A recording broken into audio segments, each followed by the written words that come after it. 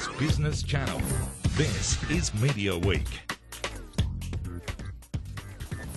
Hello, welcome to the program. Ahead, our interviews from 10's 2015 program lineup launch. 9, upbeat about the ad market outlook. We'll also hear what the CEO had to say about the future of regional television and the impact of the ABC and SBS funding cuts. But first, Netflix has confirmed it will launch in Australia and New Zealand in March. It adds to already intense competition in the online subscription TV service space, going up against the likes of Foxtel's Presto, the Nine and Fairfax joint venture called Stan, and QuickFlix. Well, let's get more on all of this. Our co-host, James Manning, the editor and publisher of Mediaweek, is here. James, finally, we have a date or a month. Yep, date March at least. 2015, it's coming, finally. We've talked a lot about it on the show, hasn't it? But it's funny when they've pulled off the covers, they say, look, here it is. They've outlined some of their content, and it suddenly sounds, I don't know, a bit more of a viable proposition all of a sudden, you know, especially when you can just see it there and, you know, and they're taking, people can register now as soon as they open for... I think they'll start off with the way they do it with Netflix. They give everybody a free trial. When that expires, you go onto one of their plans. They have 3 different plans in the US. I think starting at $8 for standard definition. That can go up to about $11, and then $13 gives you like high def and 4 screens. So yeah, it'll be pretty interesting. Some of the content, Chelsea Handler, who's touring Australia in the next 7 days, she's got a few comedy specials. She's eventually going to be doing a Tonight Show every day on Netflix, so that'll generate a lot of buzz. And Ben Mendelsohn series, the Aussie actor called Bloodlines, that'll be up premiering globally in March, so Australia will get to see it then at the launch of Netflix along with the rest of the world. What does it mean for those or other streaming video on demand services like Presto, like Stan? Yeah, look, it's going to be game on. I'll steal a line from Seven Boss Tim Warner. It's going to be hand-to-hand combat, I think, you know, come March next year. Look, Presto, they're going to want to get away. Richard Freudenstein was talking this week in Melbourne about relaunching Presto with the TV offerings. At the moment, it's just movies, so there will be a TV offering. He said, look, it'd be a good business plan to get it away before Netflix starts. So now they've got the Netflix date. You can bet they'll be working hard on that. Stan, we know that's launching in February. There'll be all systems go on that. They've got to start getting, I guess, their content in line. Stan, we've talked about before. Stan's name could be a little problem for some people. Netflix, you know what you're getting. The net, you're getting flicks. There's a lot of other stuff as well, but Stan, so they're really going to need to introduce that to people. They'll need a pretty big marketing spend, I think, to get it away, to get some, you know, recognition in the market before Netflix actually kicks off. Just on a separate topic, still in that online streaming area, it's been interesting, hasn't it? Because we've been hearing a lot of the media bosses calling for reforms of the media laws, got that 75% reach rule in place and the like. But David Gyngell at Nine really taking a completely different tack on the future. Yeah, they've really bought the future of TV as a streaming service, if you like, because, you know, he's a pretty big statement yesterday during the commenting. He was talking to some journalists after the AGM, and he said, look, you know, regional acquisition, not that interesting anymore. We can go straight to all, because they have a deal with Win, of course, they can go straight to all the regional customers direct now, bypassing Win. So, you know, that's, I don't know how Bruce Gordon would feel about that, and I don't know if there's any negotiating tactics in play there, but it's to think that they could bypass their regional affiliate and just start pushing out the content direct to all those customers. Pretty interesting. Oh, yeah. We'll come back to that. Lots more to talk with you about, including, of course, James Manning went to the 10 Upfront event in the past week, unveiling the 2015 program lineup, of course, to media buyers and advertisers. Overshadowing the event, though, was the ongoing takeover speculation surrounding the broadcaster. Let's get some more. On this, I mean, we've had more reports of more US media giants and private equity players coming forward, potentially already holding talks with 10 management about this. Yeah. What's the latest? Well, we're not much more wiser than we were a week ago, Bridie. Richard Freudenstein talked about it. I mean, the only real statement that's come out is what Rupert Murdoch said at an AGM, I think in Los Angeles, at the very end of last week. He said, yes, look, there have been discussions with Foxtel. With 10, I mean, between 10 and Foxtel.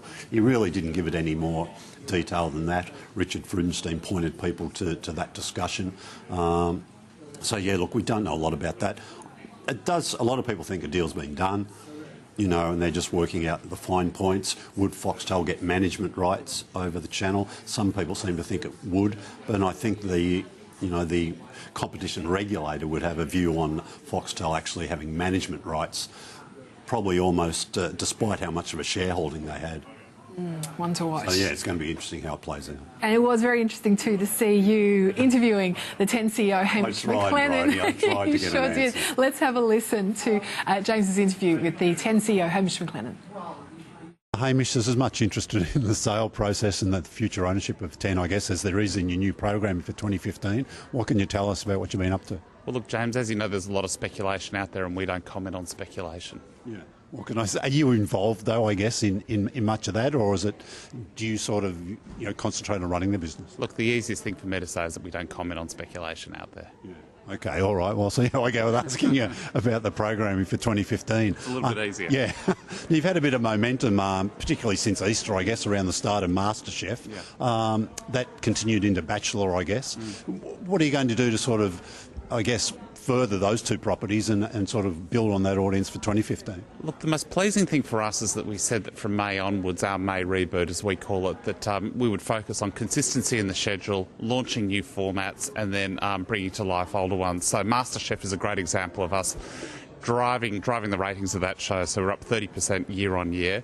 We launched a Family Feud and we got a second season out of The Bachelor, which absolutely went crazy and was great for us. So I think we've proven to the market that we can launch new shows and we can reboot old ones, and we've got great ratings growth, not only in 25 to 54s, but all people, and that's going very well for us. So you're just going to see more of the same leading into 2015. We're very excited by The Big Bash, and we're also very excited by Shark Tank and I'm a Celebrity, Get Me Out of Here. We think they're going to go very well for us. We see your competitors sort of running two series of some of their big shows, like I think The Block, Nine's giving that 2 runs again next year. Yeah. House Rules will get 2 goes on 7. Have you given any thought to maybe doing that with MasterChef? Look, I think that's a mistake. We've done it in the past and the audience does get tired of it. So that's why you've seen such a focus over the last 12 months from us investing in new formats. We're not going to do 2 cycles of MasterChef. We're going to keep it in the middle of the year. We're going to promote it in a similar fashion and we're going to just stick to our knitting. And we think doing 2 cycles is a problem.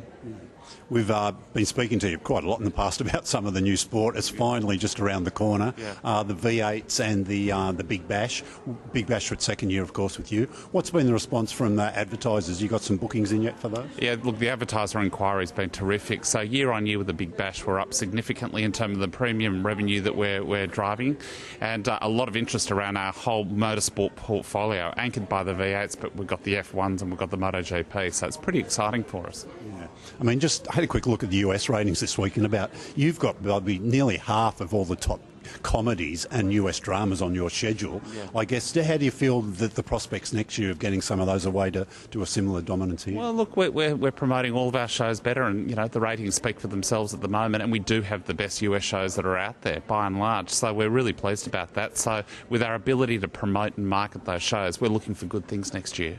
Been a bit of chat this week about the state of the ad market. Seven Signal, look, they think they might be sort of off where they thought they'd be, maybe 10% or something. And what are your sales team telling you? Look, it is a tough market at the moment. It's very short. It's been like that for a couple of years at the moment. But we're sort of making our internal forecast, which is encouraging for us. And we've got good forward bookings for the Big Bash. So we'll see how we lead in to the beginning of the year. And tonight's really important to get that advertiser support and get them confident in our schedule. And we're really confident about the way it'll go. Yeah. Can I try another sneaky one at the end here and just ask you about that? I mean, 10 did come out and say, look, there was a statement to the ASX saying, look, there are some discussions going on, and but we will advise further. Can you give us any insights? No. All right, Hamish, thanks for talking to us. Thank you. Cheers. You tried and tried. I think I should have tried a bit harder. It wasn't very successful. Well, I guess we'll know more, won't we, soon enough? Perhaps, yeah. Maybe not from Hamish, though. On the actual upfronts, the program lineup for 2015, you also spoke to the got a bit more programming detail boss. of Beverly McGarvey, our Chief Programming Officer. Yeah, and obviously asking about MasterChef and whether they I wasn't giving up on that one either. I think and she told us what their plans might be a little bit further out. Yeah, for MasterChef, and whether there'd be another cycle of it, of course, in 2015. Absolutely not. I think one of the reasons that MasterChef was so successful this year was that we stuck to one version of the franchise, and it did really well. It was up 31%. So again, we'll do the same next year. It'll be a back to basics show, all about the food, great cooks, and one cycle. Yeah, not even sort of stretching out to a few more episodes maybe? Exactly the same as last year. I think we're so pleased with last year's result, we really just want to duplicate that and grow it. Yeah, you've had some spin-offs in the past, though. You must have sort of had the discussion, but you really thought, look, we'll leave it alone? I think we wouldn't say never, but probably not next year. We might think about it the year after or future years, but not next year. We're just going to stick to the pure version of the show next year. Okay. Tell me about The Bachelor. Massive social media, pretty good ratings for you too. I presume your digital audiences were pretty strong for that? Yeah, we're thrilled with the show. It performed very well for 10, really well for 10 Play. It was probably the most talked about show of the year, and we're really looking forward to bringing it back next year. So it definitely was one of our highlights this year. Tell me a little bit about The Bachelorette. You didn't you've sort of given that franchise, you think, look, we could probably push this out a bit further? We will extend The Bachelor next year and do a season of Bachelorette, a short event season off the back of it, which we're really excited about. It's a different show, different dynamic. Having just one Bachelorette and lots of bachelors is a very different experience. Seeing, a group of guys compete for just one girl, that's very different than seeing a group of girls. So we're really looking forward to that, and we think people will really enjoy it. I'm a Celebrity, Get Me Out of Here. Would that be your biggest commission, do you think, for 2015 in terms of new stuff? It's certainly one of our biggest commissions. We have a lot of big shows launching at the top of the year, which is really important that we have diversity in the schedule. But I'm a Celebrity is a big show. We're really excited about it. We've just started building the set in South Africa, and we think it's time to do something fresh in the market. There's lots of great multi-episodic shows out there, but we wanted to do something that just felt a bit fresh and had the opportunity for innovation. Also, the live element is really critical. It's not the sort of show that people will PVR. You sort of have to watch it live, and we'll do it live 5 nights a week. So tell me about the hosts, Julia Morris and Dr. Chris Brown. So give me some of the reasoning behind those choices. Well, we're really excited that Julia and Chris have agreed to do it. I think we have cast them together for different reasons. Chris is obviously extremely well known to 10's audience and much loved. He's a great presenter, and also he has expertise in the animal area and is really loved by a family audience, and we really want to position this as a family show. There's a lot of comedy in it, so with Chris we wanted somebody who could bring a bit of comedy and a bit of edge and a bit of humour, and Julia is fantastic, and we think our audience will really embrace Julia on 10, so we're really excited to have them together. They also have great natural chemistry, and it is a really big job for a host, this show. There's lots of work to do. It's live every night. It's a great opportunity, and we really look forward to seeing them doing it together. In terms of US product, or UK for that matter, what are you sort of excited about in terms of international programming? Well, we're very happy with how our US product has launched this season already with Scorpion, Madam Secretary and NCIS New Orleans. Next year we'll be adding CSI Cyber, which is really exciting for us. Obviously the CSI franchise has played elsewhere in the past, but we think it will be something that really resonates with 10's audience. CSI has been popular for years, and the Cyber version is very contemporary, which will appeal more to our audience. And also The Odd Couple with Matthew Perry is something that we get mid-season, which we're really excited about. We really want another half-hour comedy to add to Modern Family, because Modern Family does so well for us. We'd love another show to play with that as a running mate. Now, we heard a little bit about Gogglebox from Foxtel at their upfront. Yeah. Can you give us a bit more detail? How will the programming work and how will you share it? Well, they will play it first, and we'll play it after them, the day after them. It's a really great thing to do with Foxtel, and I think it's really great for the market for us to be able to each do more and more shows by having this business model. The show itself, I'm sure you're familiar with. It really requires a fantastic cast, and we're working on that at the minute. We're just casting the show, and obviously the contestants will talk about shows from all different channels, because it really is about the characters rather than the content. So we're excited about that, and that launched also in the new year. So we will have I'm a Celebrity and Gogglebox and of course Shark Tank all launching at the top of the year. So having 3 new shows in the format's really exciting for us.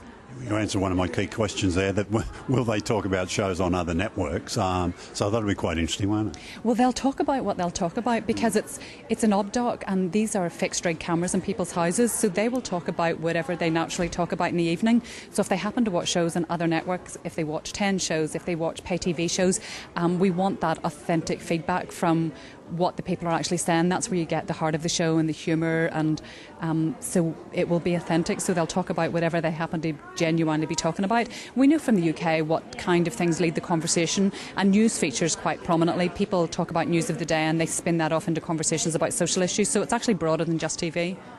What else have you got key, perhaps, particularly for the start of the year, we haven't mentioned yet? Well, with I'm a Celebrity, Shark Tank and Gogglebox, that really fills a lot of hours of domestic content. Wonderland, of course, is still on at the top of the year. All the US shows, NCIS, New Orleans, Good Wife, Madam Secretary. So when you think about all of those shows, that's pretty full schedule. And then obviously we come into the middle part of the year where we always traditionally play MasterChef, and that will stay there. At the end of the year, we will, of course, have Bachelor and Bachelorette. We're also relaunching TBL Families, and we'll be announcing a new show for Q3 in the new year. Okay. Just finally, maybe I had a quick look at the schedule. A couple of things picked my eye. Was Peter Brock, is that sort of a drama or a doco? It's a miniseries. Okay. So it's a miniseries drama, and obviously nice synergies with the V8s, of course. Of course, and you know, we have a lot of motorsport in the schedule over the next few years, and he is a character that really interests Australian audiences, so we're really excited to announce that, and we'll start filming that next year. And finally, the Princess Mary, what's that? It's a telemovie about Princess Mary, and I think it's sort of, you know, every girl's fairy tale. You meet a handsome man in a pub and he turns out to be an actual prince, so we think that's a great story. You couldn't actually write a better story, so we're doing 2 true stories next year. Yeah. Have either of those been cast yet, the leads for Peter Brock? No, we're still writing them. Coming up on Media Week, we're going to be having a look at the implications of the funding cuts to the ABC and CBS.